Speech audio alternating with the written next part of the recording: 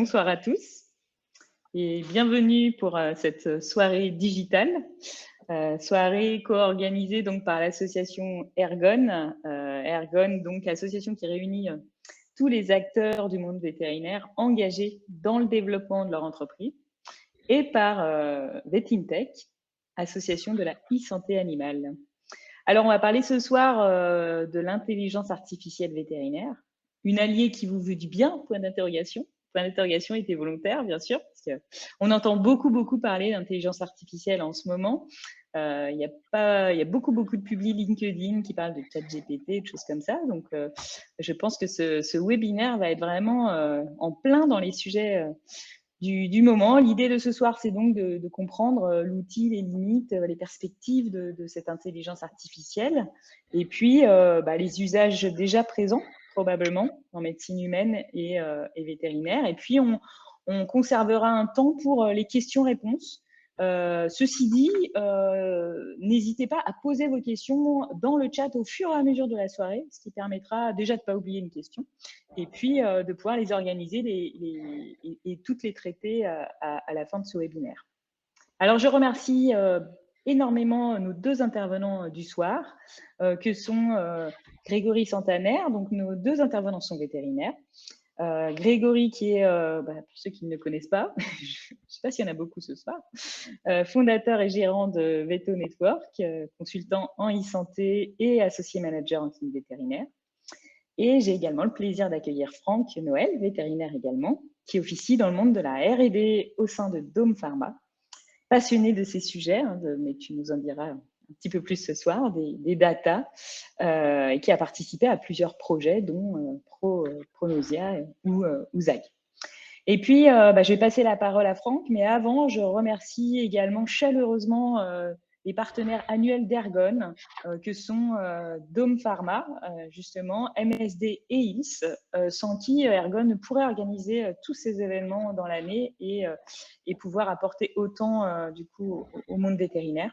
Donc, merci à eux et je vous souhaite une excellente soirée, un bon webinaire, en passant la parole à Franck.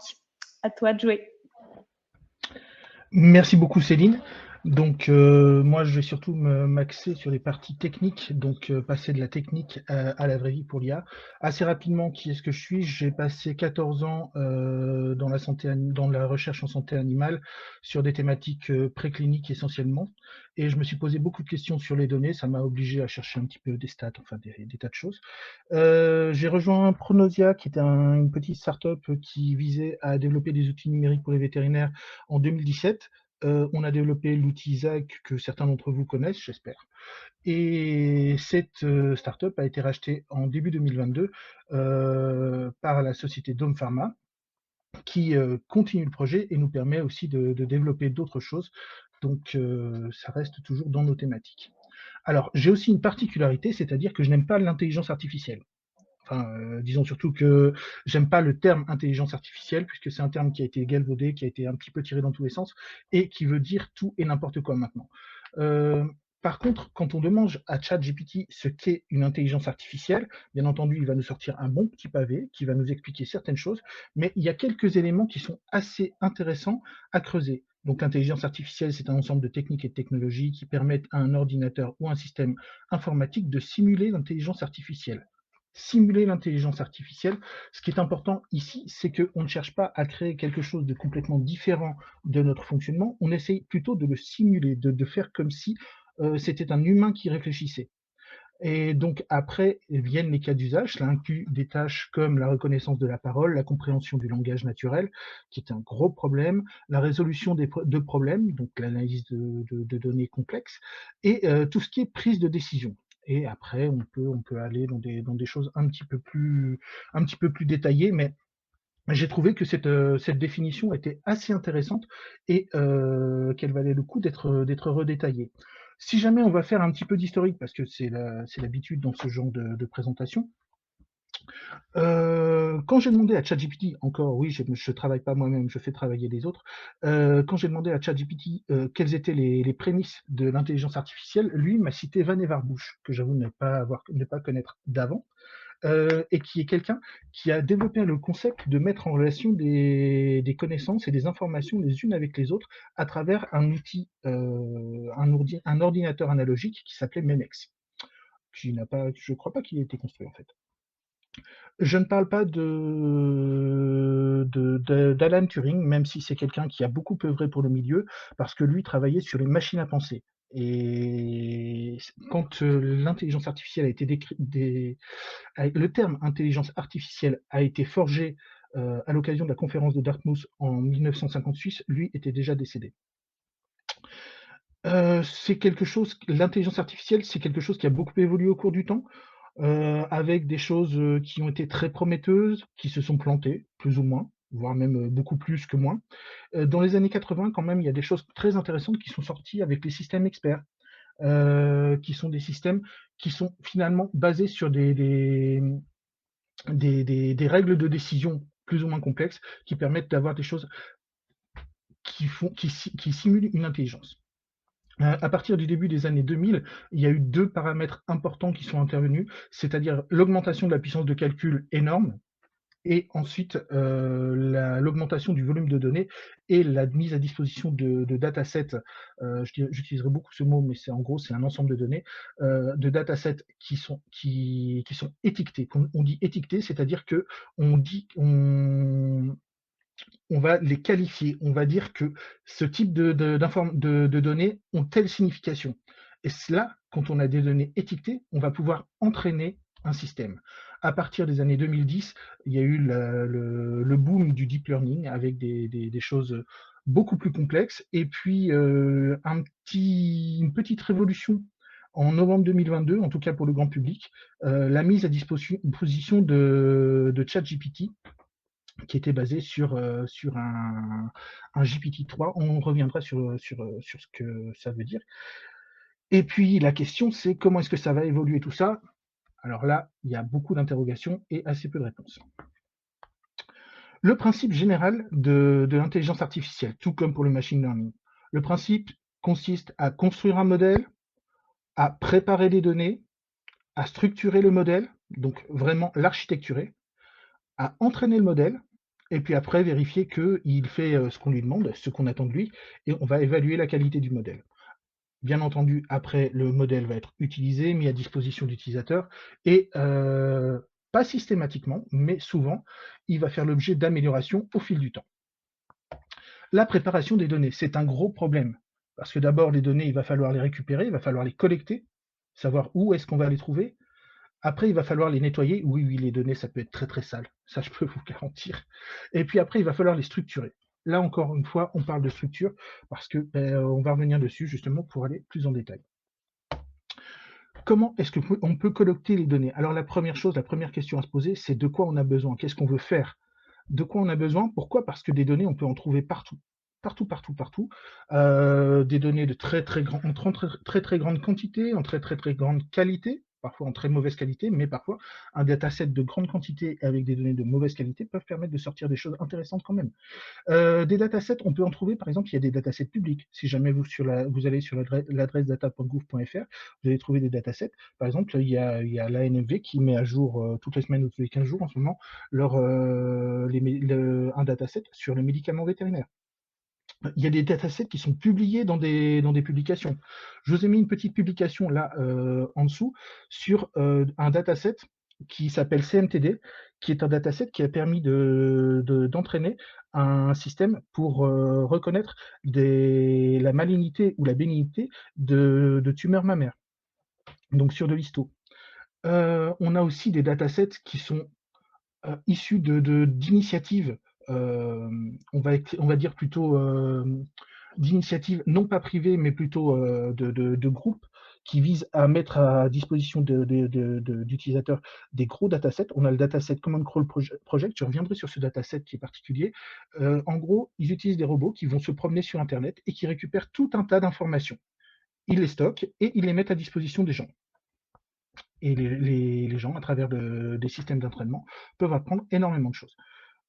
Et puis après, il y a tout ce qui est Linked Open Data Cloud, qui permet d'avoir des données qui sont structurées d'une façon. Alors, non pas, on peut y accéder non pas à travers des URL, mais à travers des URI qui sont des uniformes ressources identifiers qui permettent justement à des systèmes, donc c'est pas fait pour être lu par un humain, hein, mais des systèmes automatiques, d'aller piocher dedans et d'aller trouver des informations. On reviendra sur le dataset CMTD tout à l'heure. Pourquoi faut-il nettoyer des données? Qu'est-ce que c'est des données sales? Ça vous est déjà arrivé d'ouvrir un fichier et de découvrir qu'il y a plein de symboles bizarres, un peu comme ceux que j'ai mis à côté là, qui apparaissaient à la place de nos bons caractères accentués français et qui sont très très mal gérés souvent par des systèmes anglo-saxons.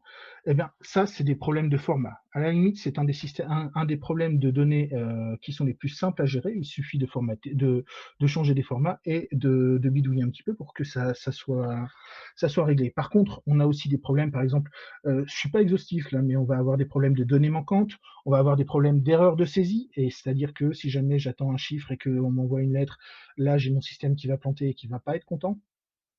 On peut avoir aussi tout ce qui est texte libre, langage naturel. Si jamais j'écris mon rapport de consultation en disant qui a fait ceci, machin, truc, cela, c'est pas du tout standardisé et c'est extrêmement compliqué à standardiser derrière, puisque personne ne va écrire de la même façon, voire même la même personne du lundi au vendredi va pas du tout avoir la même façon de rédiger son rapport. Donc ça aussi, c'est un autre problème. Comment est-ce qu'on fait? Comment est-ce que les data scientists gèrent ce problème? Eh ben, ils y passent du temps, ils y passent énormément d'énergie. Là, on trouve ce genre de petits graphiques sur Internet qui évalue à peu près à 60% du temps sur le nettoyage et l'organisation des données. Euh, J'avais entendu une blague qui disait que les data scientists passaient 80% de leur temps à nettoyer les données et 20% à râler sur le fait qu'ils étaient obligés de nettoyer les données. Mais enfin bon, ça c'est pas vrai, je râle pas tout le temps. Pourquoi structurer? Alors, il faut aussi structurer les données. Il faut les standardiser. Les standardiser, pourquoi? Pour les mettre à disposition d'un système qui puisse les interpréter toujours de la même façon, strictement. Un ordinateur, c'est très très bête. C'est très très puissant, mais c'est très très bête. C'est-à-dire que si jamais on lui donne un chiffre là où il attend une lettre, il va pas aimer du tout. Et ça peut très très mal se passer. Il faut aussi les structurer pour une question d'accessibilité. Traiter des données, c'est pas uniquement de la puissance de calcul, c'est aussi accéder aux données qui sont en stock et souvent de très très nombreuses fois. Si ces données sont dans des systèmes qui sont difficilement accessibles ou les temps d'accès sont longs, la meilleure calculateur sera toujours plantée. Et ensuite, il y a un problème sur les données, il va falloir les couper en petits morceaux. Ah oui, on a pris plein de données, on est content, mais on va pas tout utiliser pour entraîner notre modèle. C'est-à-dire qu'on va déjà en isoler un morceau, qui vont être les données test, qu'on gardera pour la toute fin. C'est-à-dire qu'on va vérifier que notre système est bien et qu'il fait bien ce qu'on veut, même sur des données sur lesquelles il n'a pas été entraîné. Parce que c'est très facile de s'entraîner sur quelque chose et de reproduire systématiquement la même chose qu'il y a dans les données d'entraînement. Par contre, être capable d'aller plus loin et de travailler sur des données non connues, c'est là où c'est un petit peu plus compliqué. Mais dans le cadre de l'entraînement, on va avoir des données de travail qui vont être splittées elles-mêmes en données d'entraînement. Donc, on va faire passer des centaines, des milliers de fois dans le modèle pour arriver à quelque chose de stable qu'on va ensuite revalider à travers un autre dataset. Et ainsi de suite. Si jamais le dataset, la validation n'est pas bonne, eh bien on recommence, on refait passer nos données d'entraînement et on recommence sur le système de validation. Et ainsi de suite, et ainsi de suite. Et ce n'est qu'à la toute fin qu'on va utiliser les données test.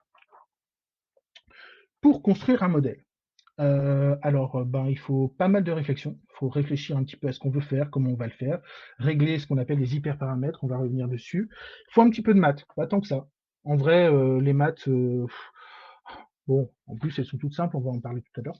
Il faut un petit peu de code aussi, mais c'est pareil. Il y a des bibliothèques Python ou d'autres systèmes qui permettent de faire des choses très complexes, mais avec finalement assez peu de code. En quelques lignes de code, on peut monter un petit réseau de neurones qui sera très efficace.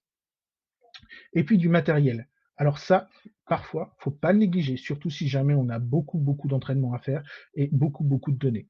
Là, le matériel, ça veut dire non pas un CPU comme on peut avoir dans les ordinateurs portables, mais un GPU qui sera plutôt une carte qu'on retrouve sur les cartes graphiques et qui va avoir des capacités de calcul justement un peu différentes qui vont être plus adaptées à ce qu'on veut faire. D'ailleurs, il y a des GPU maintenant, d'ailleurs Nvidia est tout à fait leader en intelligence artificielle. Pourquoi? Ben parce que ils fournissent les pelles pour creuser et trouver de l'or. Les algorithmes, c'est la façon dont on va faire une séquence de données. Il y en a de toutes sortes. Euh, Même simplement un algorithme décisionnel pour choisir quel est le traitement d'épilepsie qu'on va mettre en place, c'est un algorithme. Après, on a tout ce qui est système expert, où là, on a des choses qui sont assez complexes parfois. Et par exemple, le ZAG est basé sur un système expert. Les systèmes experts, c'est pas d'aujourd'hui. En 1989, déjà, j'ai trouvé une thèse de 1989 qui a été soutenue et qui parlait de l'élaboration d'un système expert pour l'enseignement en dermato. Et puis après, on a tout ce qui est machine learning. Machine learning, c'est toutes les choses qui vont consister à utiliser des datasets pour entraîner le système et pour lui apprendre. Alors avec différentes méthodes, il y a une foultitude de méthodes. Je vous ai mis aussi un petit dataset que tous les gens qui ont fait un petit peu de machine learning connaissent. C'est le dataset des iris de Fisher, où en fonction de 3 mesures sur des iris, on essaie de définir à quelles espèces ils appartiennent. La difficulté étant qu'il y a des recouvrements. Enfin bon. Et alors, on peut en parler, on peut considérer que dans le cadre du machine learning, il y a une discipline particulière qui a tendance à s'individualiser, c'est tout ce qui est réseau de neurones.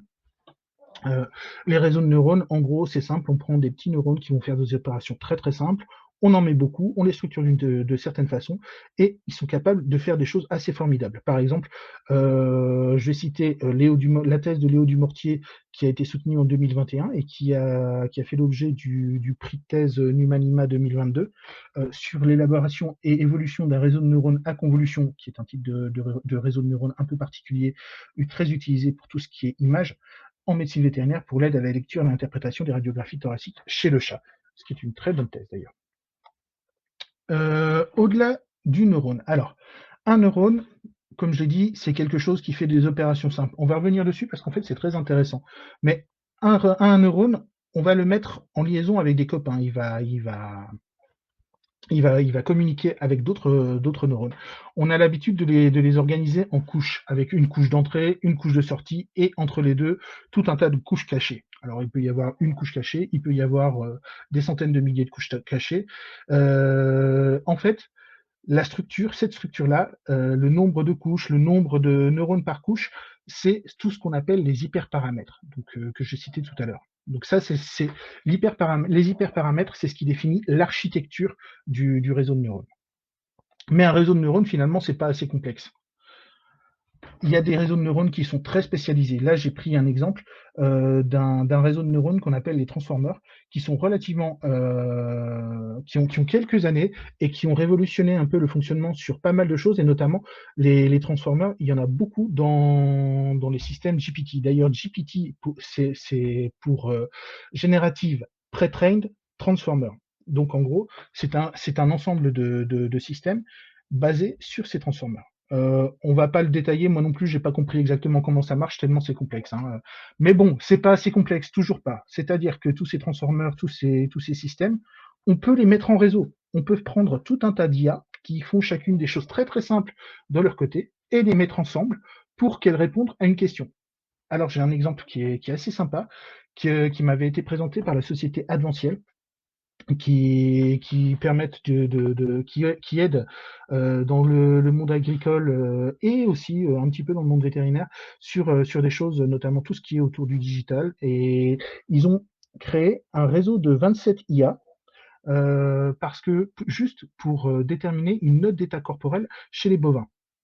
Sachant qu'une de leurs problématiques étant que pour évaluer les systèmes, les d'état corporel, la couleur pouvait être très très perturbante.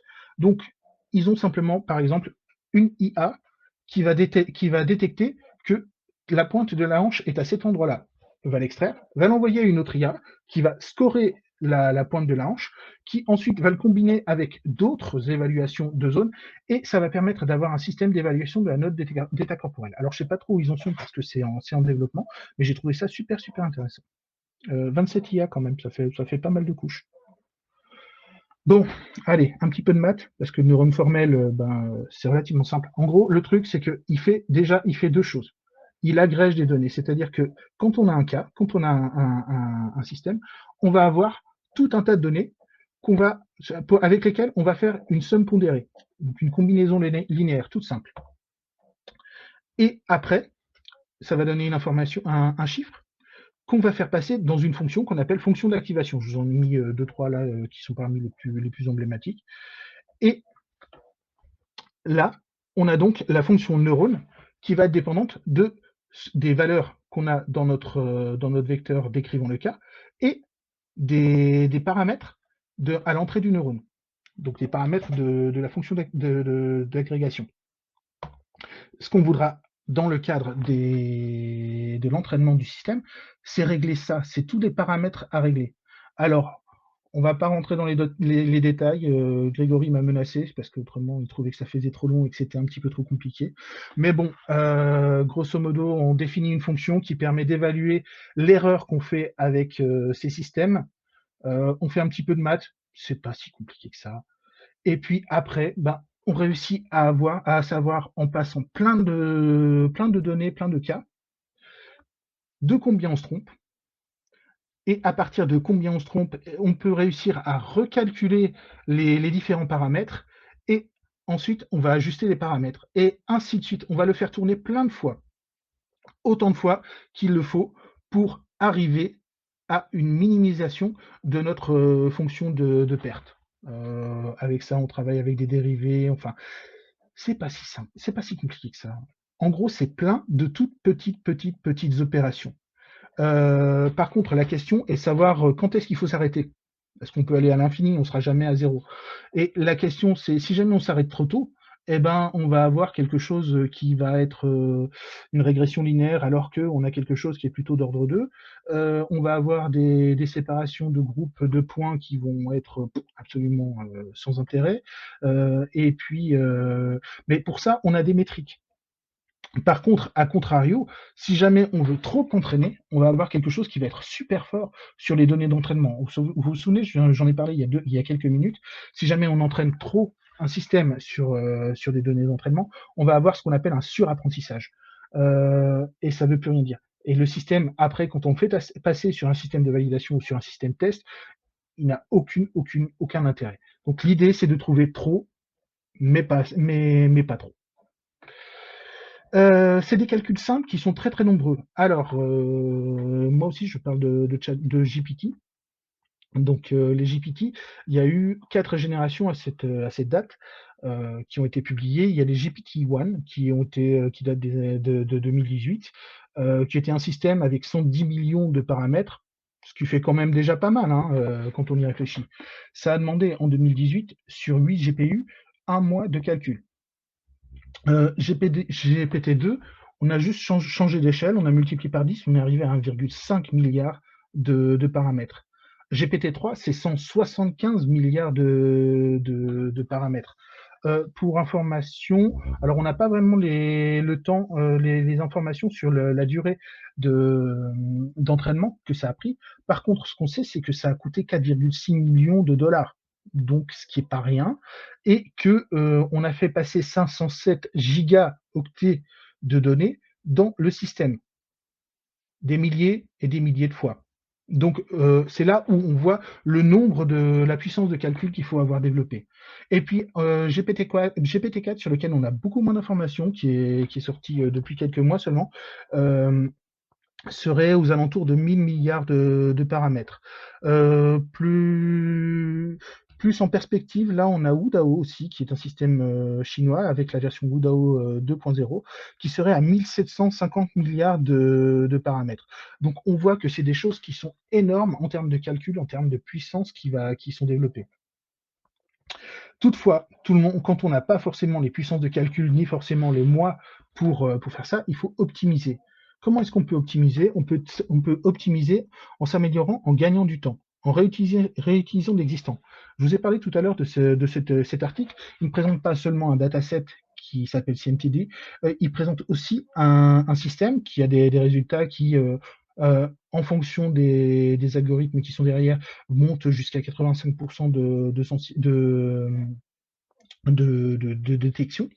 Ce qui est déjà pas mal sur un premier jet, puisqu'ils ont travaillé le dataset CMTD à 1056 images, je crois, c'est ça.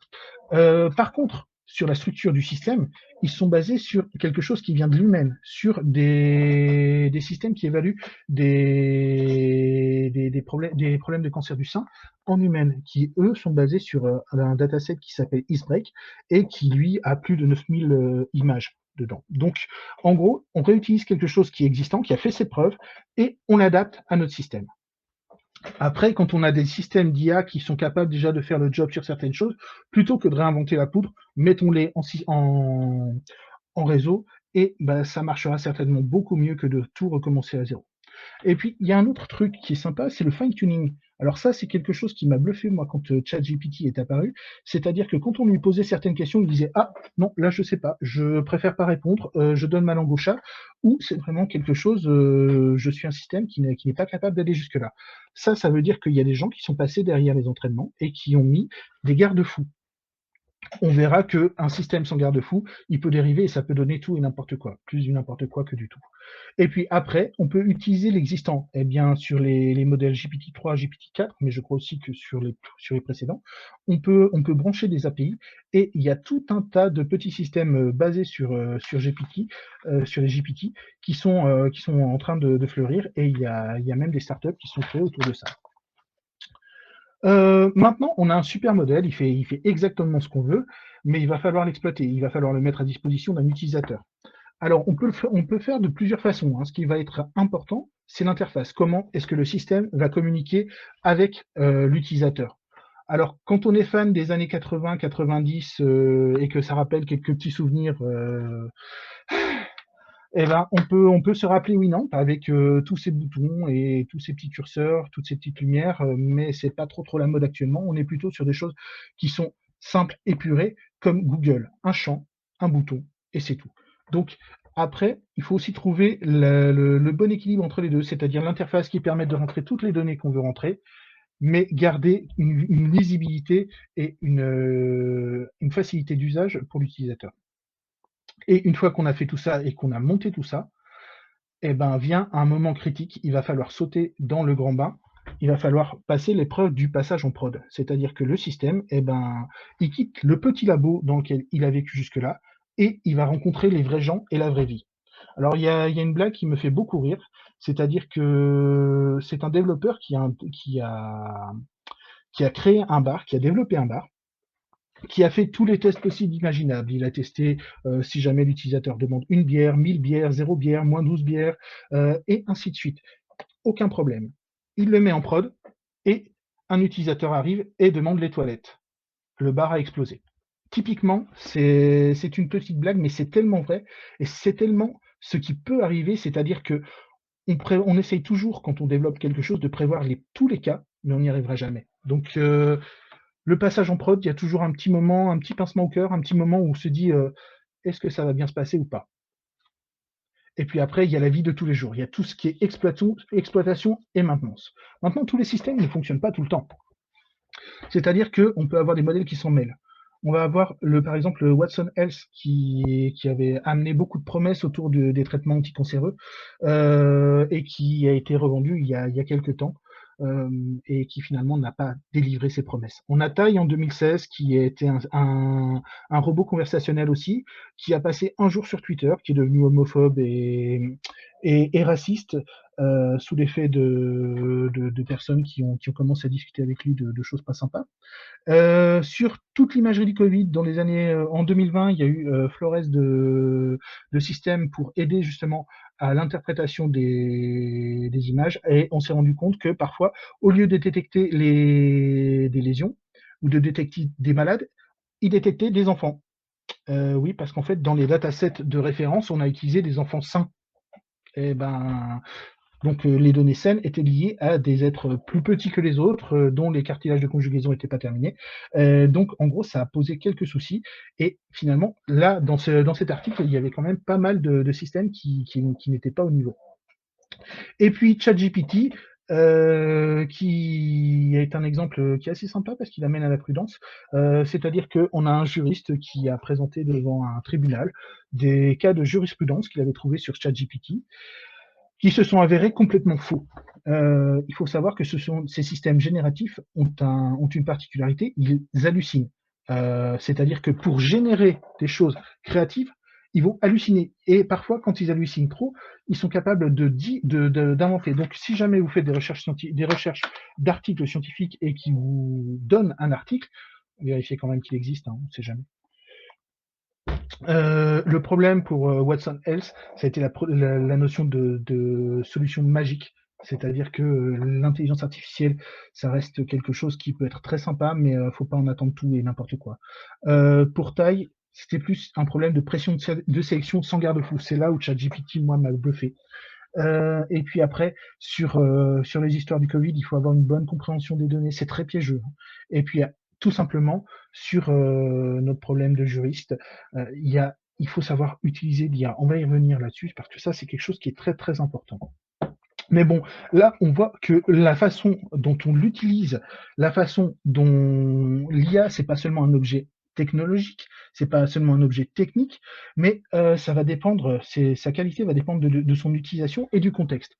C'est là où il pourrait être intéressant, et là j'en ai discuté avec ChatGPT, je l'aime bien lui, de la définition, mais cette fois-ci sous le scope de l'utilisateur. Et là, on s'est mis d'accord pour arriver sur le fait que l'intelligence artificielle, c'est un outil spécialisé qui analyse des données pour fournir des informations pertinentes à l'utilisateur qui peut être statique ou dynamique. On va revenir dessus. C'est un outil. Un outil, c'est comme l'IA, c'est comme un échographe. C'est-à-dire que pour faire de l'échographie, il faut savoir manier une sonde. Il faut savoir comment interroger une IA. Il faut aussi comprendre l'image qu'on a. Il faut savoir interpréter la réponse, savoir se poser les bonnes questions. C'est aussi un outil, ça veut dire qu'il faut apprendre à l'utiliser. Interroger l'IA, c'est apprendre des notions de prompting. On peut interroger ChatGPT et puis trouver des choses rigolotes ou tomber dans une impasse assez rapidement, mais il y a des façons de l'interroger, il y a des techniques, il y a des gens qui font de l'ingénierie du prompting carrément. Et puis après, dans l'information, il faut aussi apprendre à avoir un sens critique, se poser la question de OK, il m'a donné une référence. Au fait, est-ce qu'elle existe bien? Je vais quand même aller jeter un coup d'œil, on ne sait jamais. C'est un outil spécialisé. Attention, un outil spécialisé, mais pas spécialiste. C'est un outil spécialisé, il est monotâche. Il est entraîné pour faire un truc, une seule chose. Et on va revenir dessus, par exemple, avec ChatGPT et le calcul. C'est un outil qui n'est pas spécialiste. C'est-à-dire que, on peut comparer les systèmes de lecture de radio à ce que font les bordés et les meilleurs lecteurs de radio, mais le système ne sera jamais meilleur que ce qu'il a entraîné. De plus, faut pas oublier que c'est pas forcément ce qu'on lui demande. Il y a Yann Lequin qui disait que généralement un système a besoin d'à peu près 10 à 100 fois plus de données qu'un enfant pour apprendre la même chose. Donc on voit que on est très très loin de la capacité d'apprentissage de l'humain. Alors, quand je disais que ChatGPT n'était pas très fort en calcul, c'est-à-dire que, bon, alors c'est pas du 2 plus 2, hein, mais c'est quand on va un petit peu plus loin. Par exemple, quand on fait une multiplication sur des chiffres à 2 centaines, on a des petites erreurs. Alors, ce qui est rigolo, c'est de voir que les chiffres se ressemblent, les résultats ressemblent un petit peu à ce qu'on peut trouver. Là, ça finit par 774 au lieu de 474. Ben oui, il essaye de faire quelque chose qui ressemble. C'est ça son boulot. Son boulot est de recréer des phrases qui ressemblent à ce qu'on aurait pu à ce qui lui a été présenté. Donc en gros, ces calculs-là, et même pour une addition, alors là, il faut un petit peu plus de chiffres, forcément, on réussit à quand même le faire se tromper. Par contre, donc ChatGPT est fait pour faire du texte. Par contre, DALL-E, lui, qui est fait aussi par OpenAI, est fait pour faire des images. Alors j'ai été un petit peu méchant, c'est-à-dire que je lui ai demandé d'illustrer un concept. Donc le process de data cleaning, je me suis dit que ce serait sympa d'avoir pas mal d'illustrations qui étaient générées par IA. Alors il a fait de très très jolis dessins qui veulent pas dire grand-chose. Et puis ce qui est sympa aussi, c'est les textes. Donc en gros, chaque système fait son boulot, mais il va pas être capable de faire des choses qui sortent de son scope.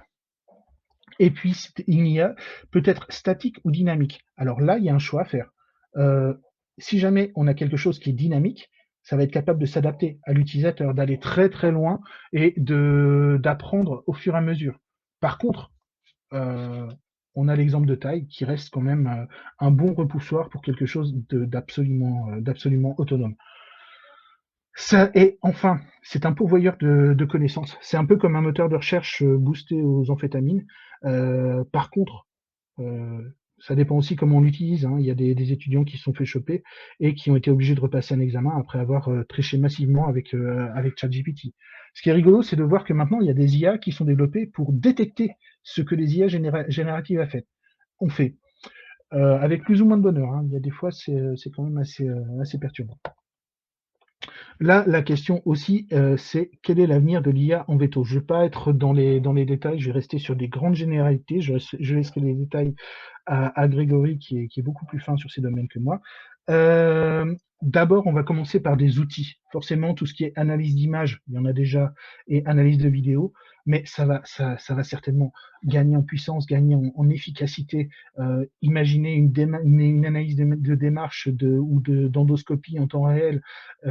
Après, on a tout ce qui est analyse de données complexes. Alors, on fait tous pareil, hein. Quand on a notre bilan NFBioche avec nos 25-30 paramètres, on va regarder les 3 paramètres qui sont hors normes.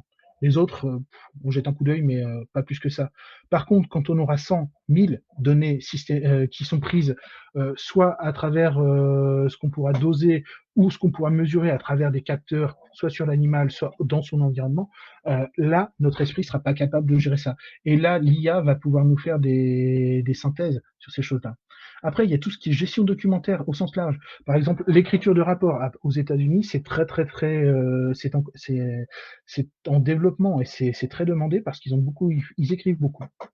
On peut aussi imaginer, dans le cas de la gestion documentaire, tout ce qui est échange avec les autorités, déclaration de ceci ou de cela. Si jamais on peut avoir des choses qui simplifient les remplissages de formulaires et les échanges avec les autorités, ce sera toujours bien. Non, d'abord la communication. La communication, que ce soit au sein de la clinique ou avec les confrères à l'extérieur de la clinique ou même avec les clients. Là, on a un exemple qui est très sympa, qui est Ascovet, qui ont un chatbot qui permet justement de discuter avec le client sur des choses simples et très limitées, mais qui permettent de dégager du temps.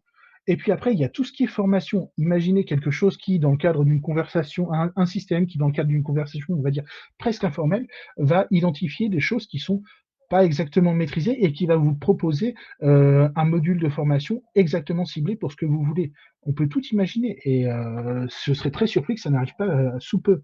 Et puis après, forcément, dans tout ce qui est recherche. Bon, encore une fois, si jamais on fait des recherches avec des IA génératives, il faut faire, il faut, il faut faire très attention à ce qu'on trouve.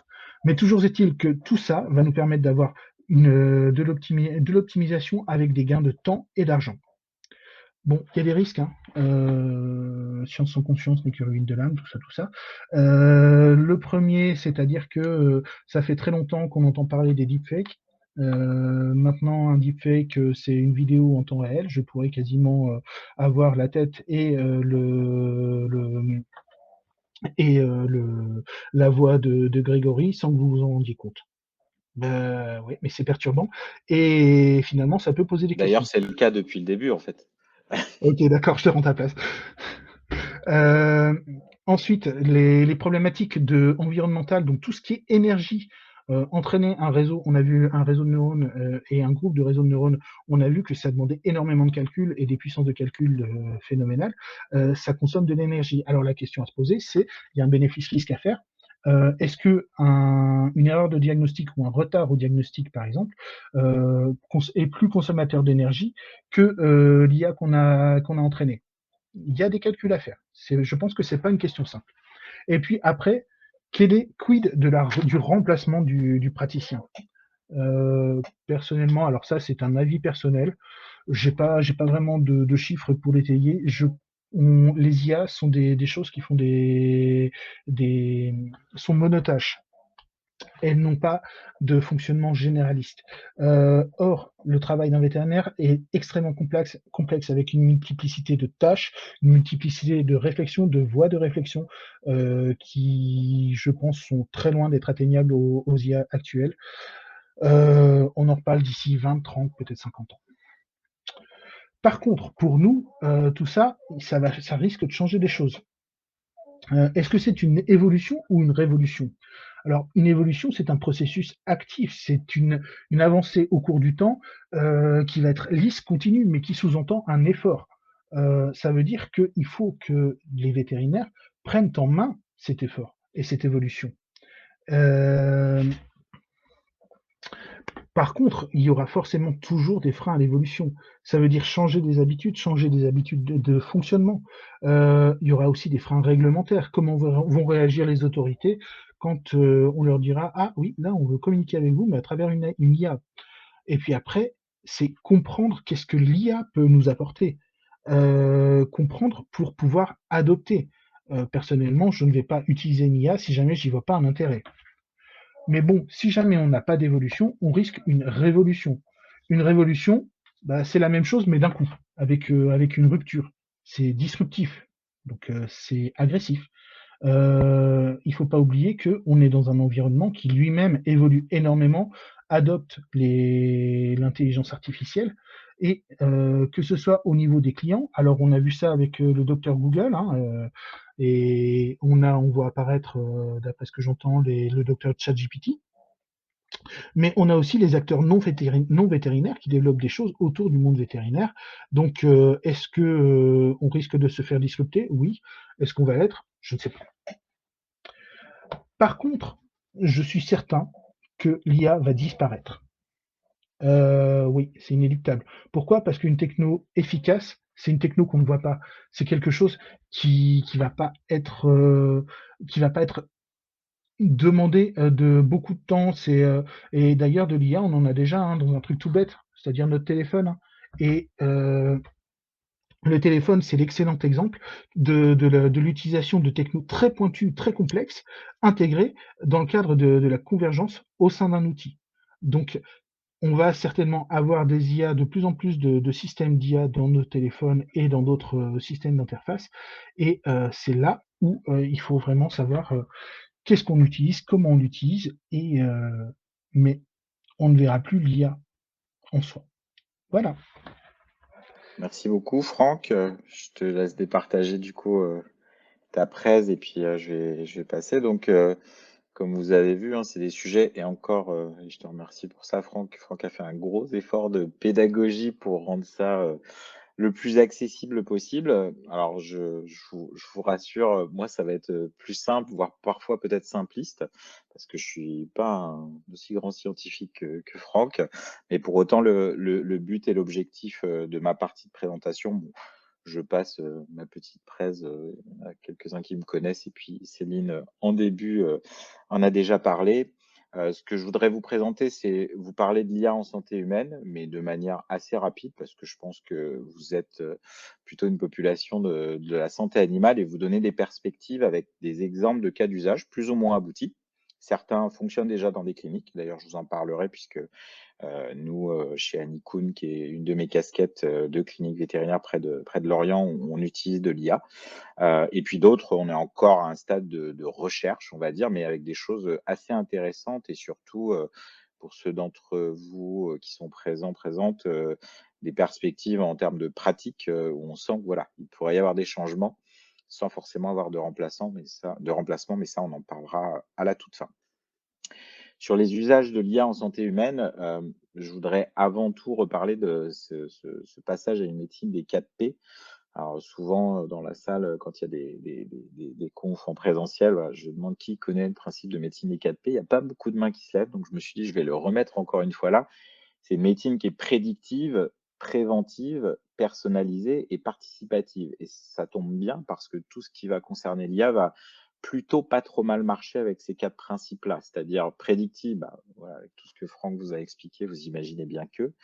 Préventif parce qu'on va pouvoir, d'une certaine façon, j'en reparlerai après, rendre visible l'invisible et donc voir des choses. Personnalisées parce que ça va être l'analyse un peu fine de situations personnelles et participative, parce qu'on voit que dans certains cas, le fait de pouvoir, voilà, interroger des outils, bah, on voit, hein, la tendance ChatGPT où tout le monde a ouvert, pose ses questions, dit: «Bah, tiens, j'ai posé telle question». À ce propos-là, je plus sois Franck qui dit qu'il faut se méfier. Je lui avais demandé au tout début, «Est-ce que tu peux me comparer les œufs de vache, et les œufs de poule?» Il m'avait répondu benoîtement avec une jolie comparaison entre les œufs de vache et les œufs de poule, en ignorant totalement que les œufs de vache, bien sûr, n'existent pas. Ensuite, ils ont corrigé, comme tu dis, il y a des gens qui passent et qui disent: «Bon, il y a des petits blagueurs qui font des choses comme ça» et là, dernièrement, je lui ai dit: «Est-ce que tu peux me donner une recette avec des œufs de lapin?» Et il a très bien répondu, donc ils n'ont pas encore corrigé ça quand on leur fait, la subtilité au 2e cran. Voilà, médecine des 4P qui va bien s'intégrer avec l'IA et quand j'avais vu passer ces petits schémas-là dans Le Parisien, alors vous voyez, hein, j'ai un niveau de lecture scientifique qui est beaucoup plus bas que que ce qu'a pu vous présenter Franck. Je m'étais dit: «Je vais quand même garder ça de côté parce que je trouve que ça fait bien le taf». C'est-à-dire que de gauche à droite, l'intelligence artificielle, voilà, ça peut apporter des choses dans le domaine de la prévention, avec des capteurs qu'on a déjà tous, hein. Franck vous l'a dit, en fait, de l'intelligence artificielle, on a tous là-dedans. On a tous le truc où on compte les pas, par exemple, et qui peut en déduire des choses, et analyser des données sur, nous. On a des miroirs connectés. Là, j'étais à Vivatech la semaine dernière. Il y a des solutions comme ça chez des boîtes comme L'Oréal ou des choses comme ça. Et puis des capteurs, un peu plus, techniques, voilà, capteurs de tension artérielle, on a tous aussi, enfin pour certains, on est équipé aussi de balances connectées, autre chose comme ça. Donc tout ça, ça compile des données qui vont fatalement pouvoir, en sortir, des choses, à force d'être moulinées. On a aussi tout ce qui est diagnostic, ça paraît un peu plus évident et je vais pas m'étendre dessus parce que je vais beaucoup en parler au niveau vétérinaire, parce que je pense que c'est là où ça nous intéresse. Alors des fois, diagnostic avec quand même des choses un peu subtiles, hein, c'est-à-dire juste parfois un selfie ou une petite vidéo de 30 secondes où on peut en apprendre beaucoup avec. Et puis en termes de traitement, que ce soit, voilà, de la définition de traitement hyper pointue et personnalisée, on revient à notre médecine des 4P, ou l'assistance à bien prendre le traitement. Je pense à des chatbots accompagnateurs, voilà, qui ont des gens, je pense en particulier les chatbots de Vic, qui est une boîte française qui est hyper intéressante avec, 21 pathologies et quand vous êtes malade, par exemple d'un cancer du sein, bah, vous avez un petit chatbot qui vous accompagne, à qui vous pouvez poser des questions, qui vous renseigne sur, comment, mieux vous soigner. J'ai pris un exemple concret avec Ophtha.ai qui est un logiciel qui va en fait simplement, à partir de photos de fond d'œil, aider à diagnostiquer les rétinopathies. Je vous ai mis ici des éléments, vous pourrez les reprendre tranquillement. Je pense que bah, d'abord, vous aurez accès au replay d'une façon ou d'une autre, j'espère. Et puis également, enfin moi en tout cas ma partie de presse, il y a pas de problème pour la partager. Et en fait, on voit qu'avec ces outils-là et l'analyse des fonds d'œil, de manière automatisée, on gagne des choses en fait. On gagne de l'efficacité, on gagne du temps et on gagne aussi de l'argent parce que, bah, fatalement, en santé humaine, bah, dès qu'on dépiste mieux les choses, on évite que les pathologies s'enfoncent, on évite d'avoir des gens qui deviennent aveugles, par exemple sur des rétinopathies diabétiques, des choses comme ça. On permet aussi un meilleur accès et plus rapide au diagnostic, et donc tous ces éléments-là, avec ce genre d'outils, c'est assez intéressant.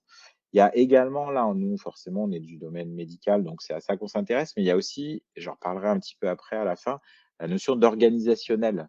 C'est-à-dire que Calypse, c'est un outil d'intelligence artificielle, suisse et qui va en fait, lui, aider à gérer les flux dans les hôpitaux. C'est-à-dire qu'à partir des données, rentrées dans les jours précédents et à partir des données des années précédentes et des périodes précédentes, il va être capable à J-5, heure par heure, de dire: «Attention, ça va, voilà, ça va charger à tel moment, à tel moment». Alors nous, on fait tous un peu ça, hein, voilà, on regarde le planning, on dit: «Ah d'habitude la troisième semaine, c'est plus calme, c'est moins calme», c'est des choses comme ça et On fait ça un peu au doigt mouillé, avec des analyses rétrospectives qui nous sont personnelles, probablement biaisées de partout. Là, c'est fait de manière beaucoup plus pointue et avec à nouveau du temps et de l'argent de gagner, une estimation des délais d'attente des patients et puis on met en face les ressources humaines, quand on les a bien sûr, pour avoir une prise en charge plus efficace. Donc voilà, en santé humaine, voilà, on a à la fois des notions de diagnostic où fatalement on progresse bien et il y a plein d'exemples, et puis également de logistique et d'organisation des systèmes de soins, ou d'organisation des connaissances en soins. Franck en a un peu parlé, c'était intéressant aussi. Je vais en venir à notre sujet principal, je dirais, vous donner quelques éléments, quelques pistes, d'IA en santé animale, donc de l'imagerie, de la cytologie, des données biologiques, de l'analyse des sons. Vous verrez qu'en fait, il y a des choses intéressantes à faire ça. Je ne sais pas s'il y a beaucoup d'entre vous qui sont, en pratique, pour les animaux d'élevage, en fait, et vous verrez qu'il y a des choses intéressantes, en particulier chez le cochon. Et puis même computer vision, c'est-à-dire l'analyse de vidéos, en particulier suivi d'élevage de vaches avec Haier, dont on va en parler un petit peu après. Au niveau image, je dirais cocorico, on a la chance d'avoir probablement une des 2. Alors je mets les Chinois peut-être à part, mais j'avoue que je les connais moins, mais je sais qu'ils ils ont des petites choses aussi. Mais en tout cas, on a Picoxia, qui est issu de l'école de Maison Alfort initialement, avec Émilie Boissady, Aloïs Delacombe, les 2 fondateurs, qu'on suit avec VetIntech depuis le tout début où ils étaient tout petits à faire leurs premiers pas et qui ont vraiment bien grandi, à tel point que maintenant ils sont associés à une entreprise de radiologie qui s'appelle FAS.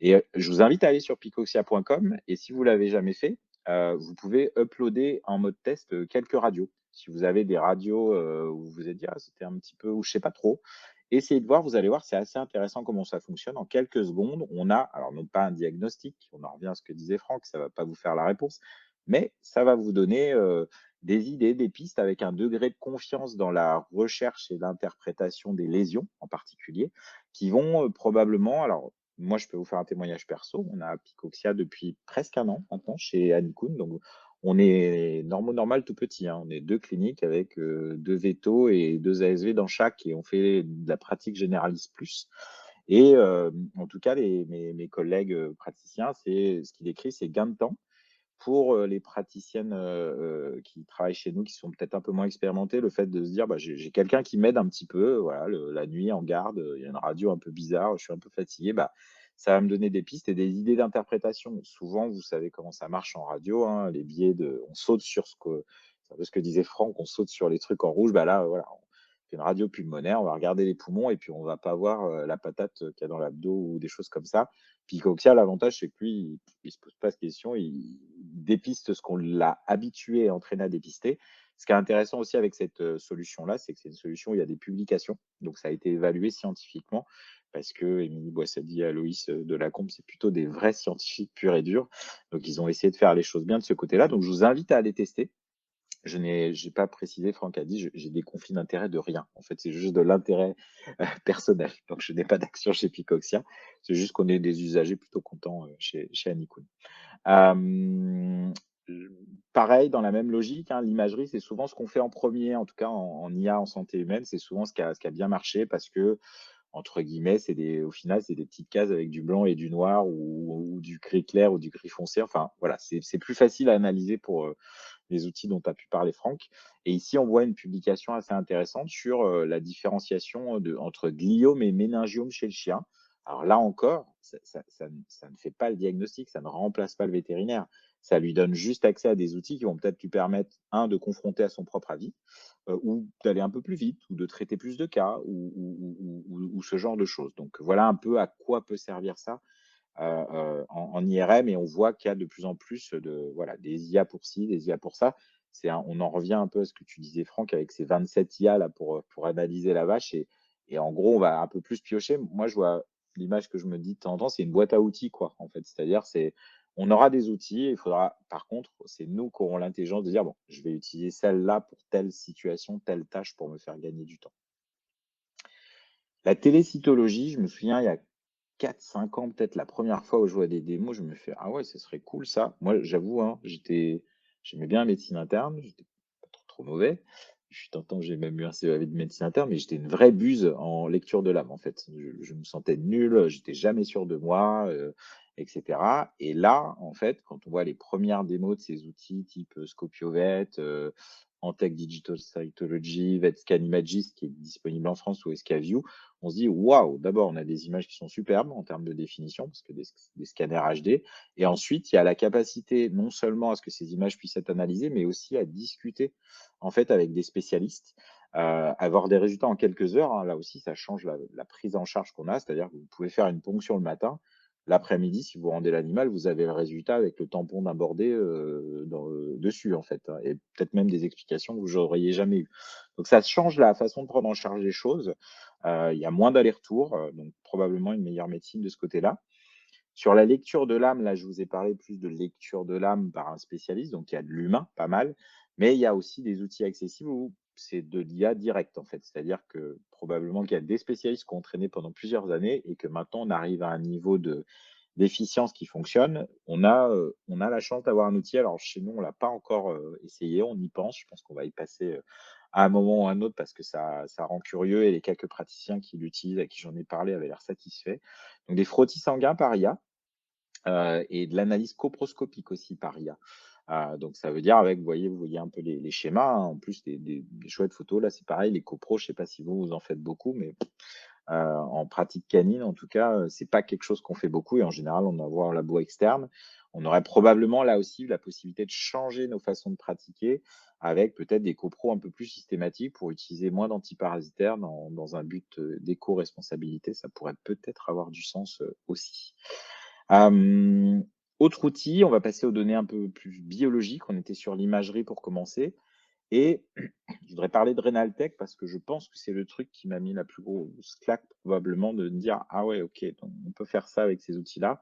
C'était en 2017, j'étais au Veterinary Innovation Summit au Texas.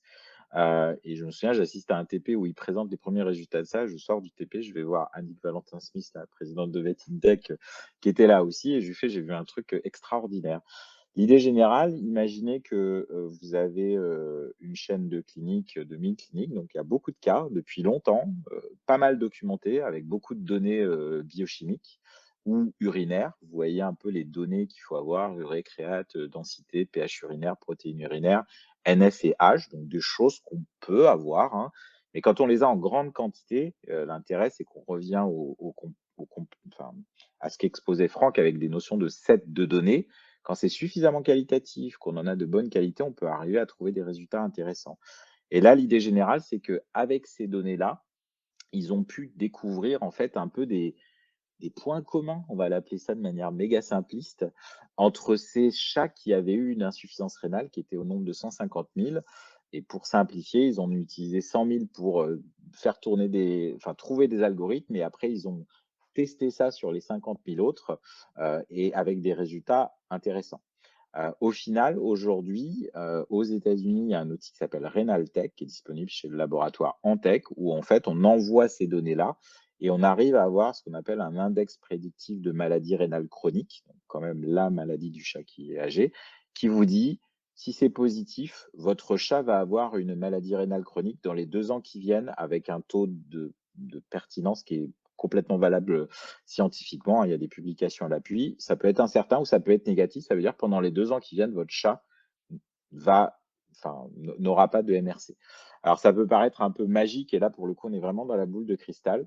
Mais ça fonctionne, quoi. Voilà. Alors, normalement, ça arrive sous le nom de Renal Detect en Europe, avec peut-être quelques petites différences. J'avais discuté avec eux.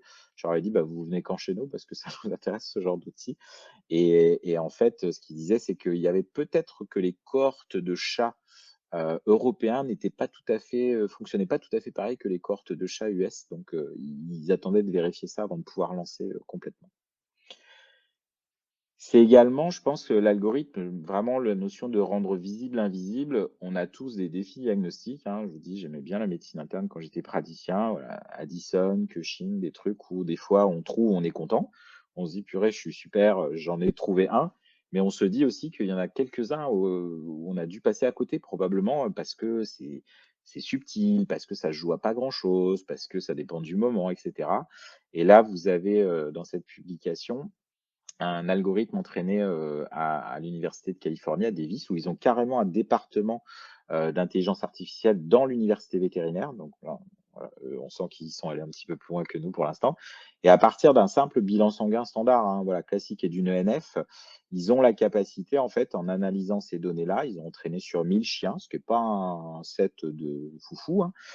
Ils ont entraîné sur 1000 chiens et ils ont désormais une sensibilité, une spécificité, comme vous voyez, voilà, 96-97%. On a des choses qui sont assez solides. Alors, eux, pour autant, ils disaient pas, voilà, vous rentrez les données et ça vous dit s'il y a un cushing. Ils parlaient plus d'utiliser ça pour dire, allez faire des examens complémentaires sur cet animal où vous avez l'impression que tout va bien et où le diagnostic différentiel ne fait pas apparaître dans votre tête à vous la maladie d'Addison. Vous aurez peut-être des surprises, on va dire. Donc, voilà comment ils proposaient de s'en servir pour ce genre de défi diagnostic. Un autre défi diagnostic, Cushing, hein, dès qu'on est dans l'endocrino, je ne sais pas s'il y a des gens qui aiment bien ça là, dans l'assistance, mais ça peut parfois être complexe. Et là, voilà, on avait une base de données qui est différente, qui est chez les Anglais cette fois. Je dirais qu'il y a, ça me permet de faire un tout petit aparté culturel. Enfin, et Franck, peut-être tu commenteras en question, mais il me semble, de mon point de vue simpliste, que les Anglo-Saxons ont la culture au moins de cumuler les données. On verra après ce qu'on en fera. Plutôt proprement, en tout cas, alors que nous, clairement, on sent que culturellement, c'est pas trop notre truc, en fait. Et donc, les Anglais ont créé une base de données qui s'appelle VetCompass. Je vous invite à aller fouiller sur Internet. C'est très intéressant parce qu'il y a une partie des données qui sont en accès libre, justement. Et dans VetCompass, depuis 12 à 15 ans, ils cumulent plein de données médicales qui remontent depuis les cliniques vétos. Et à partir de ça, avec 30 variables analysées dans les dossiers de près de 1000 chiens, dont certains avaient été atteints de la maladie de Cushing, ils ont alors sensibilité, spécificité qui n'est pas folle, hein. On n'est pas sur encore un truc. Mais c'est prometteur. Probablement, ils vont continuer à entraîner, comme dit Franck. Voilà, on fait tourner, on cherche, on affine, on essaye de voir ça. Et probablement que là aussi, plus tard, on fera un bilan sanguin classique et ça nous dira pas ce chien a le Cushing ou ce chien a une maladie d'Addison, mais on nous dira peut-être petit warning, voyez ce que vous en pensez par rapport à la clinique, mais ça mérite d'être creusé. Autre défi diagnostic, dans la rapidité cette fois, plus que dans l'invisible, diagnostic précoce de la lepto. Voilà, les outils diagnostiques qu'on a actuellement font qu'il y a parfois un délai de latence. Là, ils ont entraîné à nouveau à Davis, hein, où ils aiment bien l'intelligence artificielle, avec seulement un set de 91 chiens qui avaient la lepto et 322 qui ne l'avaient pas. Et ensuite, ils ont retesté sur, je ne sais plus, une centaine de chiens, dont une douzaine avaient la lepto. Et ils ont réussi, alors avec soit juste analyse sanguine et urinaire, soit analyse sanguine, urinaire et test d'agglutination. Et là, pour le coup, des trucs pareil, assez séduisants, hein, sensibilité 100%, spécificité 90,9 ou 93,2. Et au final, avec des outils plus performants que les autres méthodes actuelles et surtout plus rapides, en fait. Voilà. Donc diagnostic précoce avec, là encore, au lieu de faire de la médecine un peu approximative, où on va taper large et puis se dire, allez, on va mettre des antibiotiques, puis on verra plus tard. Donc des choses assez intéressantes quand ça sera un peu fin et affiné. On va passer à un autre domaine qui est les sons, en fait. Les sons, analyse des sons cardio-respiratoires. Alors là, pour le coup, il n'y a pas de publi, hein. Vous voyez, je fais vraiment la différence quand c'est de la science un peu robuste et d'autres fois où c'est plus de la promesse, mais qui reste intéressante. Donc, c'est Wisapet, ce sont des Coréens rencontrés sur plusieurs salons depuis plusieurs années, en particulier VMX et même CES cette année à Las Vegas. Donc, ce qu'ils annoncent, eux, c'est qu'avec ce stéthoscope qui capte les bruits cardio-respiratoires, ils auraient la capacité en fait à dépister le stade de pathocardiaque beaucoup plus précocement.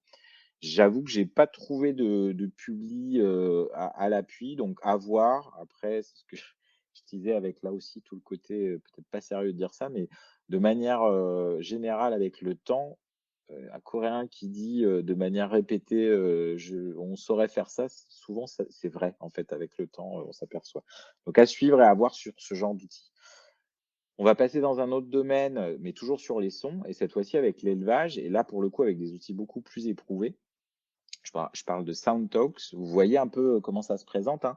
C'est une espèce de sonde à son, en fait, c'est un micro d'ambiance, hein, qui va pendre du plafond dans les porcheries et qui va en fait enregistrer tout simplement les bruits, alors plutôt les toux, les reniflements, ce genre de choses, et qui, au final, avec la collecte de tout ça et l'entraînement des algorithmes, permet des dépistages plus précoces, jusqu'à 5 jours plus tôt.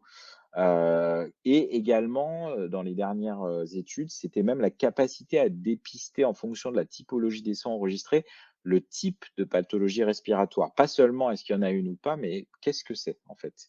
Là, c'est hyper intéressant. Bien sûr, en notion d'amélioration du bien-être animal, si on est capable 5 jours plus tôt de mettre en place des choses pour, traiter l'animal, c'est mieux. C'est aussi bien évidemment, voilà, dans les filières d'élevage, la notion de retour sur investissement, hein, où bah, il y a des démonstrations, vous pourrez aller voir sur le site de SoundTalks où, quand on traite plus tôt, bah, le cochon grandit mieux, on va dire, pour simplifier et on perd moins d'argent. Voilà, pour simplifier un peu les choses. Donc ça, c'est vraiment intéressant de voir ce genre de choses et de s'imaginer pouvoir dépister avec quelque chose en plus qui est pas trop lourd, quoi, en fait, hein, au sens matos. Alors, bien sûr, il faut installer ça et pas juste un micro qui porte du plafond, mais c'est assez intéressant.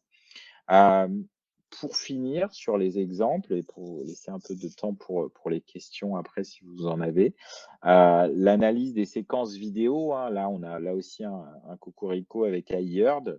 Je pense à Quentin Garnier, je ne sais pas si tu es là ce soir. Donc là, c'est imaginez ces petites caméras, vous voyez, c'est un peu comme les caméras de surveillance dans les supermarchés.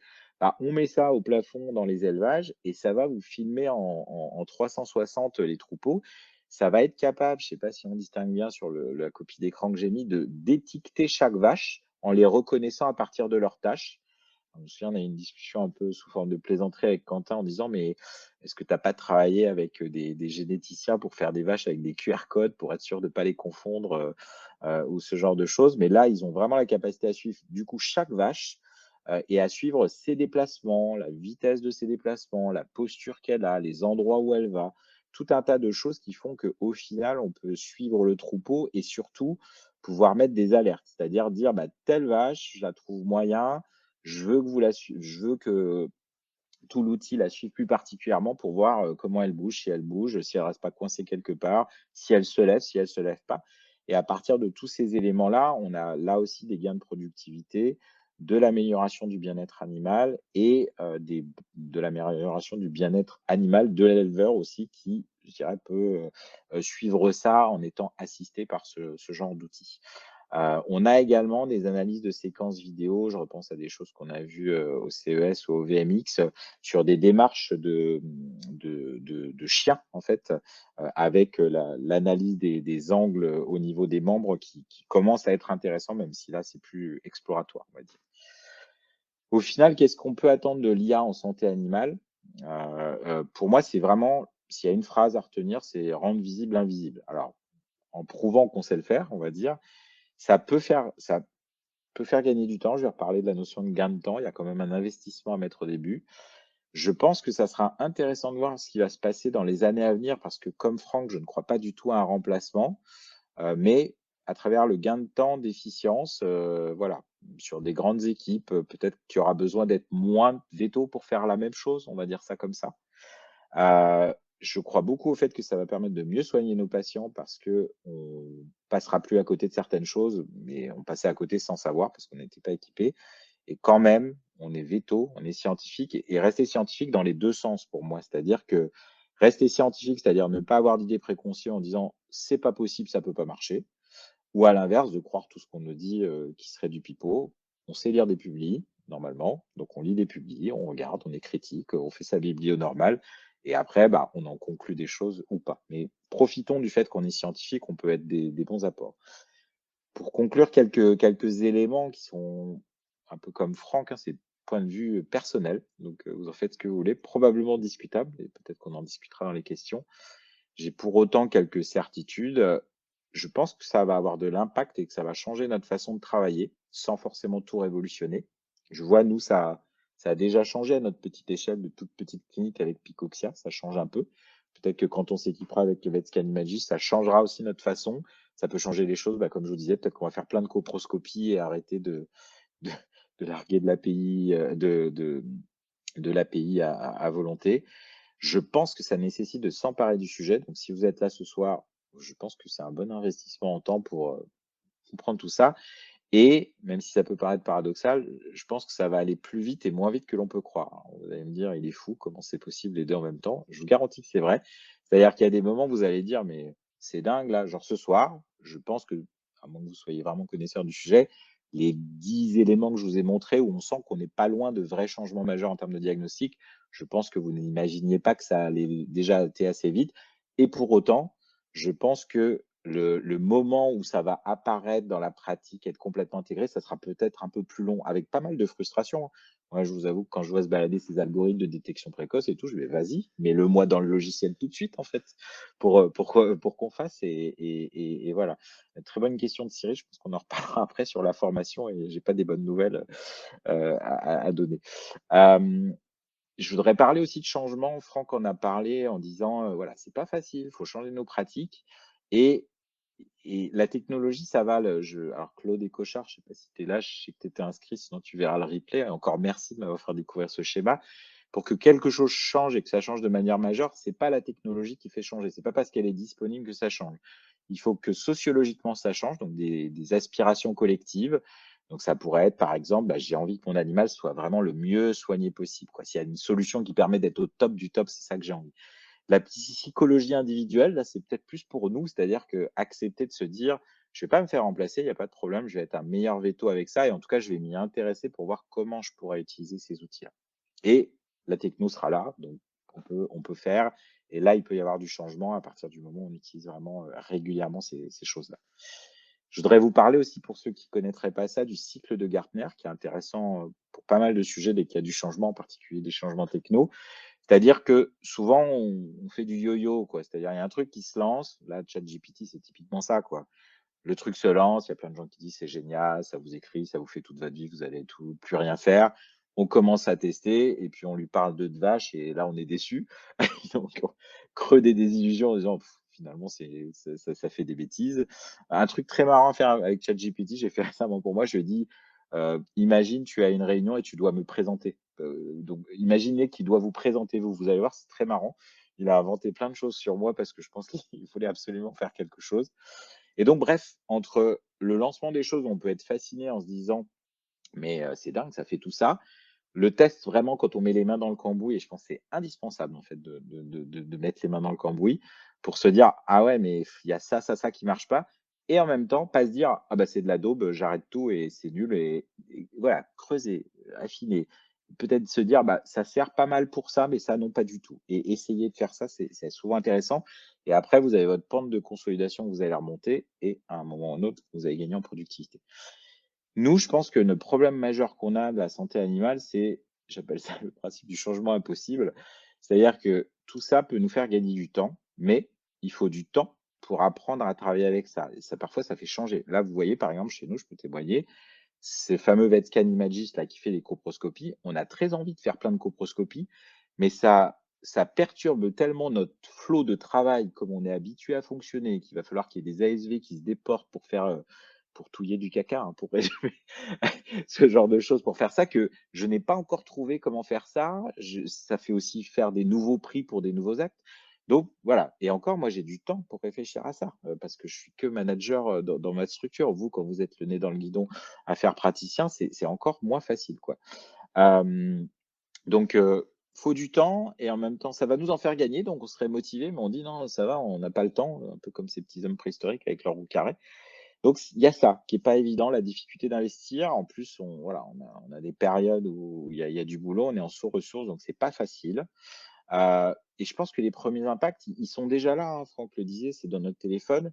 Ils seront peut-être aussi non médicaux. Votre comptable, si vous en avez un, c'est très probable que toutes les notes de frais que vous lui envoyez, c'est pas lui qui les saisit avec ses petits doigts, mais c'est scanné. La gestion de la relation client aussi, envoyer des mails, envoyer certains messages avec des outils comme Teams ou Google Workspace d'ici la fin de l'année. Donc, voilà, on va peut-être y arriver plutôt par ce bout-là que par le bout purement scientifique, en tout cas pas tout de suite, quoi.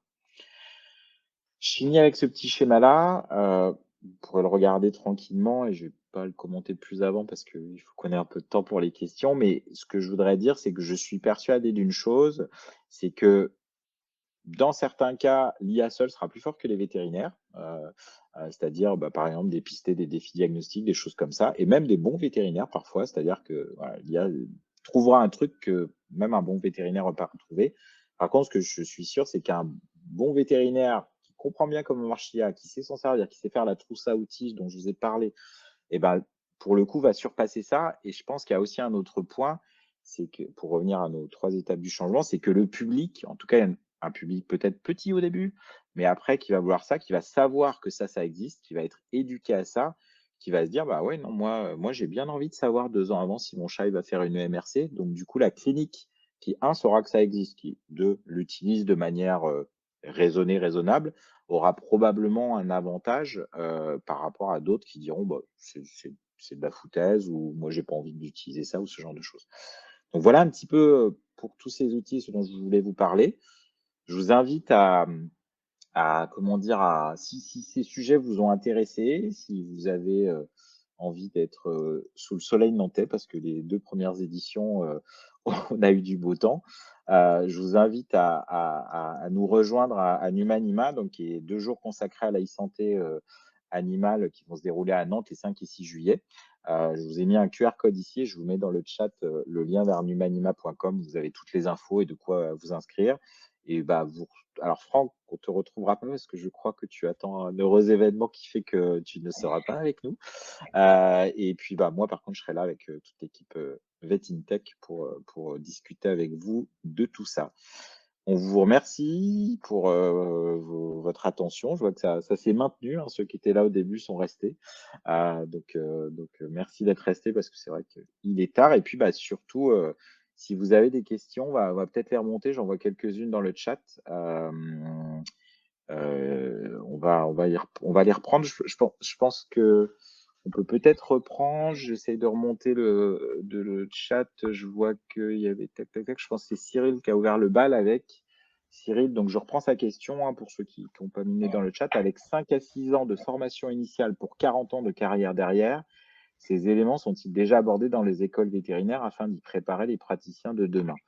Franck, je ne sais pas si tu as quelques éléments, je pourrais en dire quelques mots après. Alors, à ma connaissance, il y a des choses qui sont plus ou moins embryonnaires. Après, tout comme toi, j'ai vu des initiatives comme celle de Raphaël, mais ça me semble encore un peu embryonnaire. Il y a des volontés de bien faire. La question est de savoir où est-ce qu'on veut aller et qu'est-ce qu'on veut leur apprendre. Je pense que tout le monde se pose cette question-là. Oui. Je compléterai ça en disant qu'effectivement, c'est un défi complexe, ce défi, parce que l'enseignement vétérinaire jusqu'ici, et je dirais c'est normal, c'est l'histoire, a bougé lentement, on va dire ça comme ça. Et là, on a quelque chose qui bouge vite, fort et avec un impact probablement rapide. C'est-à-dire que ceux qui sortent là, le fait qu'ils sortent en ayant peu de connaissances, hein, je vais citer, voilà, j'ai fait une étude jeune vétérinaire et numérique avec ma boîte Veto Network et le concours de ProVéto Lyon. On a interrogé un panel de jeunes vétérinaires en devenir, soit dernière année, soit sortis depuis 1 an, 2 ans. Et quand on les interroge, il y en a 80% qui disent, alors peut-être qu'ils ont été formés à ça, hein, mais en tout cas, ils s'en souviennent pas, qui disent n'avoir eu aucune formation et aucun usage de l'intelligence artificielle dans leur cursus.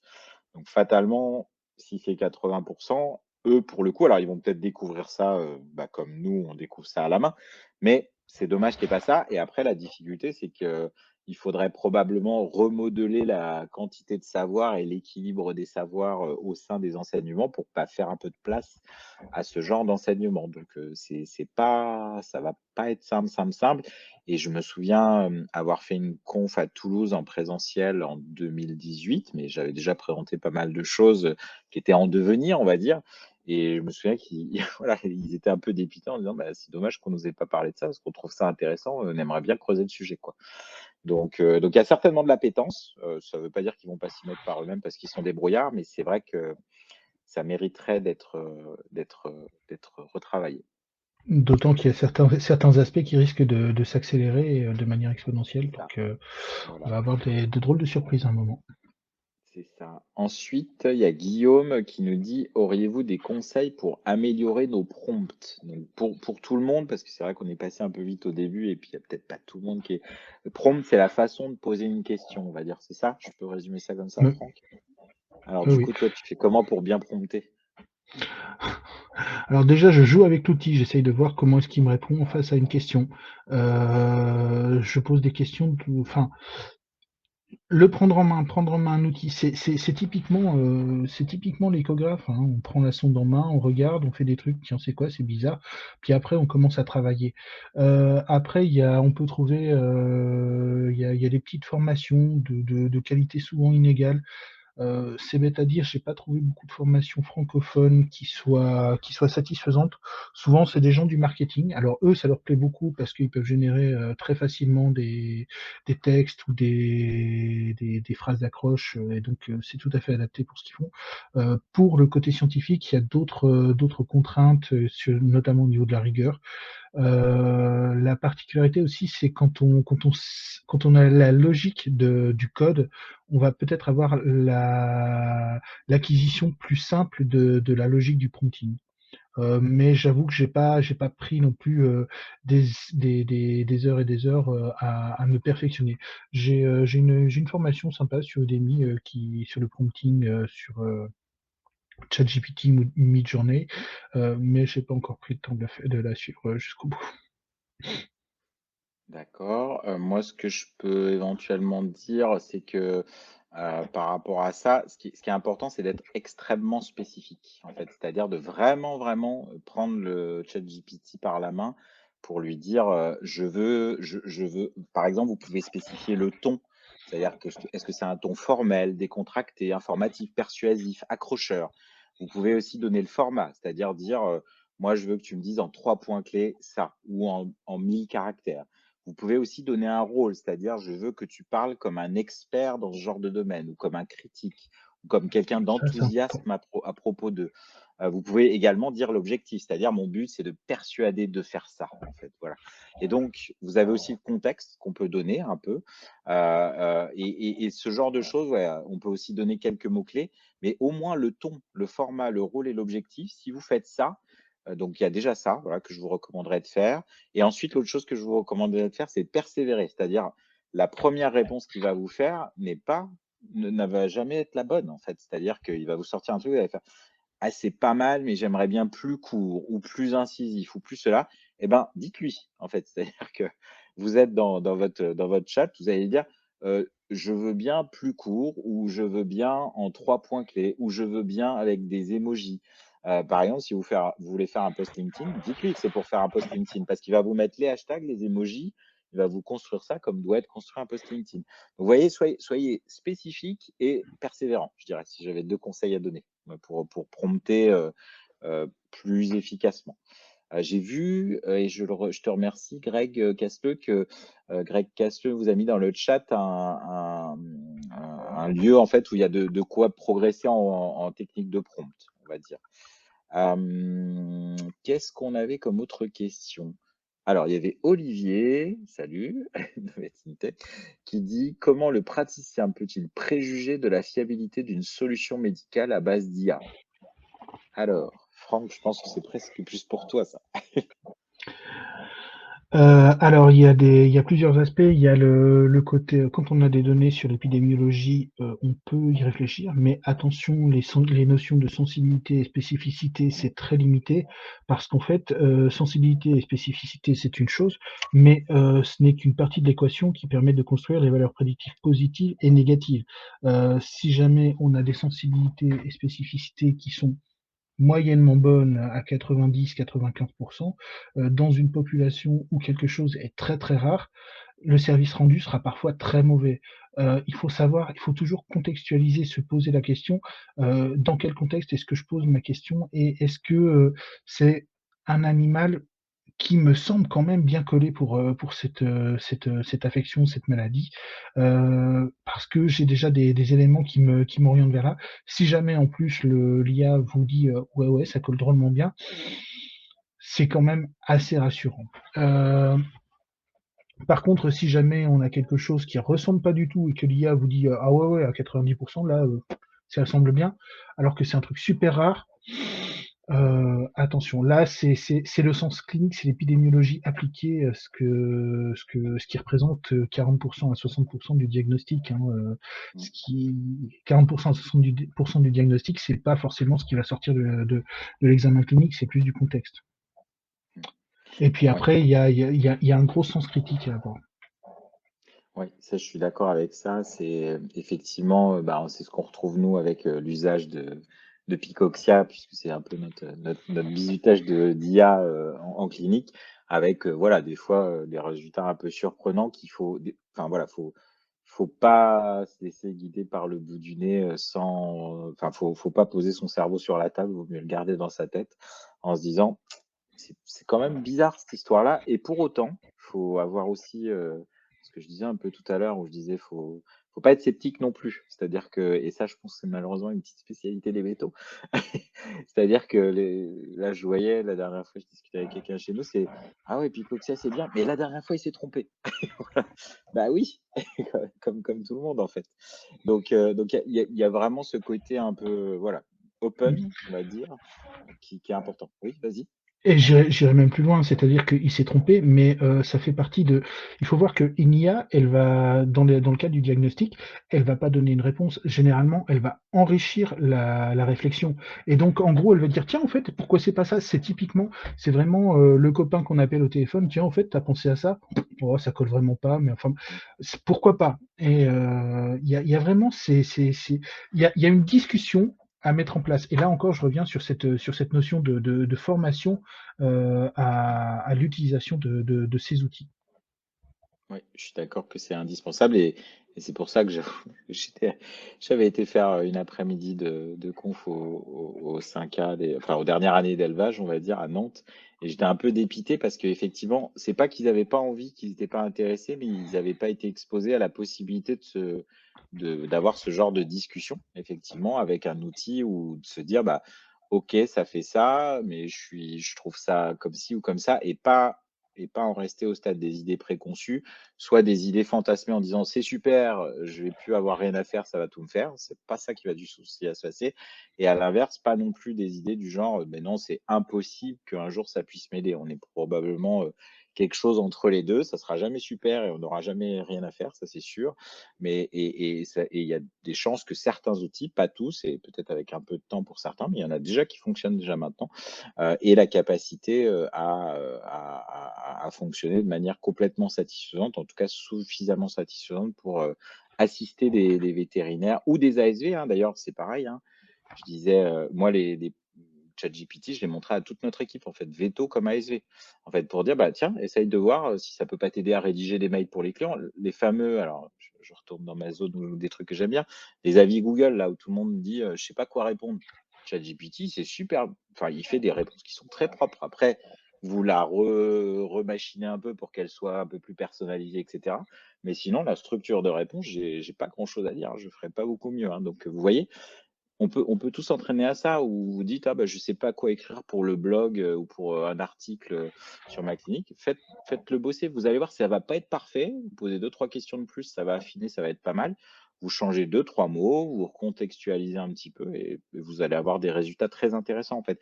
Et le fait de plus vous allez travailler avec vous et tous les membres de votre équipe, moins il y a de chances qu'un jour vous soyez remplacé. Je dirais ça pour conclure moi de mon côté. Alors, Alexandre, il y a une question qui vient d'arriver. Petite question concernant la sécurité ou la fuite de données, n'avez-vous pas peur? Franck, est-ce que tu as un avis sur ça?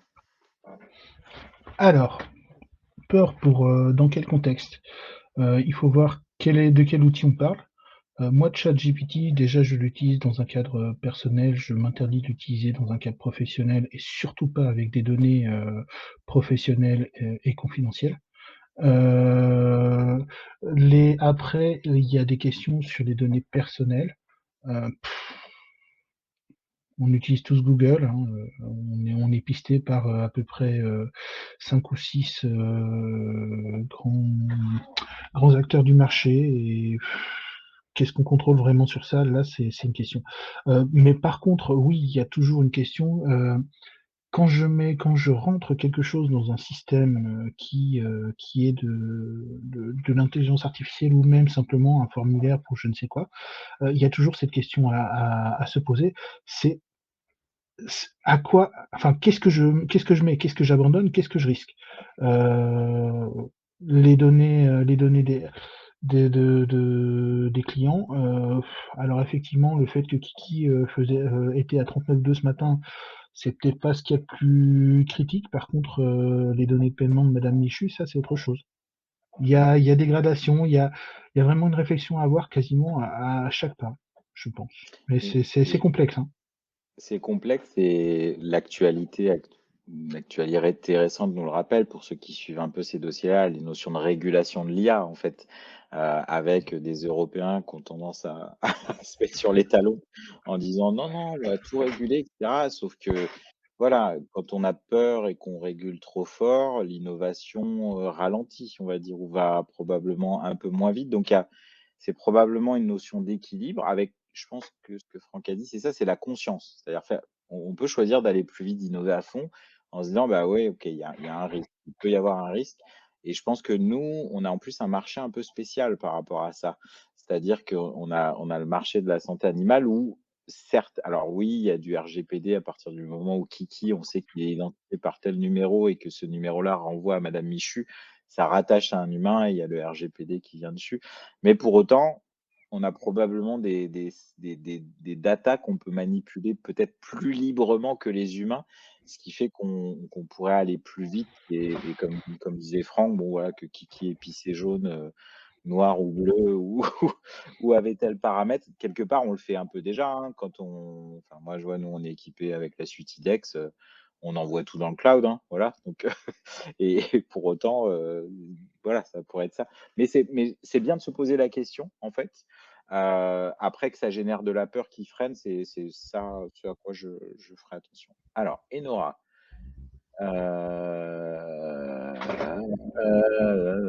en imaginant que alors attends, je lis du coup pour tout le monde, pour ceux qui ne sont pas dans le chat. Donc Enora nous dit: «Au sujet des réponses aux avis Google, certains des responsables de sites de chez nous s'inquiétaient de l'apparition d'outils qui mettront en évidence l'utilisation d'une IA dans la rédaction de certains textes, en imaginant que des utilisateurs de Google pourront prouver qu'on a utilisé ChatGPT pour certaines de nos réponses. Qu'en pensez-vous?» C'est une très bonne question. Sachant que l'idée, c'est effectivement de l'utiliser comme un outil, donc de s'approprier les propriétés de réponse en les modifiant. Moi, j'y vais, Franck, et puis si tu compléteras si tu veux. En fait, je trouve, pour travailler, une autre de mes casquettes, c'est Docteur Patoun, et on travaille avec ChatGPT aussi pour la rédaction de certaines choses, plus ou moins, mais voilà.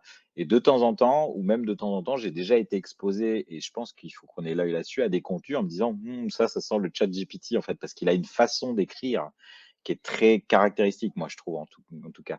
Donc oui, ça peut se voir et c'est pour ça que je pense qu'il ne faut pas abandonner. On en revient, tu sais, à ma petite équation à la fin, IA, toute seule sera moins bien que Veto plus IA ou ASV plus IA, hein, d'ailleurs, en tout cas quelqu'un qui utilise l'IA. C'est-à-dire que soit tu es inspiré et fais ton truc toi-même, voilà, il y a pas de problème. Soit tu es pas inspiré et ça te donne des idées, en fait, et après, bah, tu modules le truc qui fait que et j'irais même jusqu'à dire que moi, ça m'est déjà arrivé de travailler avec et de dire: «OK, ça pue le ChatGPT ce que j'ai sorti là», parce que même moi je le reconnaîtrais. Donc je vais bouger les choses pour que ça fasse moins ça, en fait. Moi, par exemple, ChatGPT, vous verrez quand vous lui posez une question, à la fin, il fait souvent une petite phrase de récap. C'est-à-dire, il dit: «Donc je vous ai parlé de ça pour vous dire ça». Bah, moi, je vire tout le temps cette phrase-là parce que je la trouve inutile et qu'elle fait très robotisé, en fait. Donc voilà, ça je sais pas si ça répond un peu à ta question et je sais pas si Franck, tu veux compléter, ce point de vue? Mmh, moi, après les outils, effectivement, il y a certains phrasés, certaines choses qu'on peut reconnaître, mais par contre, les outils de détection automatisée d'IA sur les IA génératives, les résultats, il y a des trucs qui sont sortis il y a quelques semaines, là, où les résultats étaient tellement inconstants avec, un système de détection qui détectait, 90 des trucs et un autre qui en détectait 15. C'est ça, ouais. C'est pour l'instant, les détections d'IA sont pas au niveau. Mmh. C'est les fameuses photos du pape en gilet blanc, là, où tu soumettais ça à un outil, il disait bah, c'est bon, c'est faux, et un autre qui disait non, il n'y a pas de problème, le pape a bien mis ce gilet, quoi. On a dépassé un peu, en fait, de 5 minutes. Il y a un petit peu d'écho. On a dépassé un peu de 5 minutes. Je vois qu'il n'y a plus de questions qui arrivent dans le chat, donc j'espère qu'on a pu vous répondre. Et je pense que je vais passer le micro à Céline, qui est toujours là. Donc c'est bon, on n'a pas été trop, trop rebutant, ou alors tu t'es mis un réveil en disant bon, allez, je reviens à -5. Et bah, je te laisse voir, peut-être nous dire ce que tu en as pensé en quelques mots, ça peut être intéressant. Alors, je ne sais pas si c'est pas moi qui fais le… Ah non, c'est bon, qui fait le son. Bah écoute, intéressant. J'avoue que j'ai pas tout compris à ce que Franck a expliqué avec ses équations. Je pense que je me suis perdue un petit peu à ce moment-là, mais hyper intéressant. Je recommence alors. Ouais, c'est ça. Il va falloir que je la revoie là pour bien intégrer ces équations. Ça fait trop longtemps. C'est ça. Non, super intéressant. Franchement, merci beaucoup en tout cas à Franck. Merci à Grégory pour nous avoir éclairé sur l'intelligence artificielle. Je pense qu'on en ressort quand même avec beaucoup d'infos, bien sûr, beaucoup d'applications mais aussi beaucoup de modération sur des choses où les gens ont vite tendance à s'emballer dans un sens ou dans l'autre. Donc, je pense que c'est aussi très pertinent d'avoir plusieurs côtés de ces technologies-là. Merci à tous ceux qui sont restés aussi dans cette soirée qui a pris du temps, mais je pense que c'est parce que c'était justement intéressant. Très bonne soirée à tous, et puis n'hésitez pas à aller voir l'actualité des deux associations, Ergon et VetInTech, qui proposent plein de choses pendant l'année. Bonsoir à tous en tout cas, et puis encore merci bien sûr à nos partenaires. Toutes et tous. Merci Céline. Bonne soirée, merci à tous. Et merci à l'organisation aussi, Elodie, Emma, tout ça. Voilà, merci.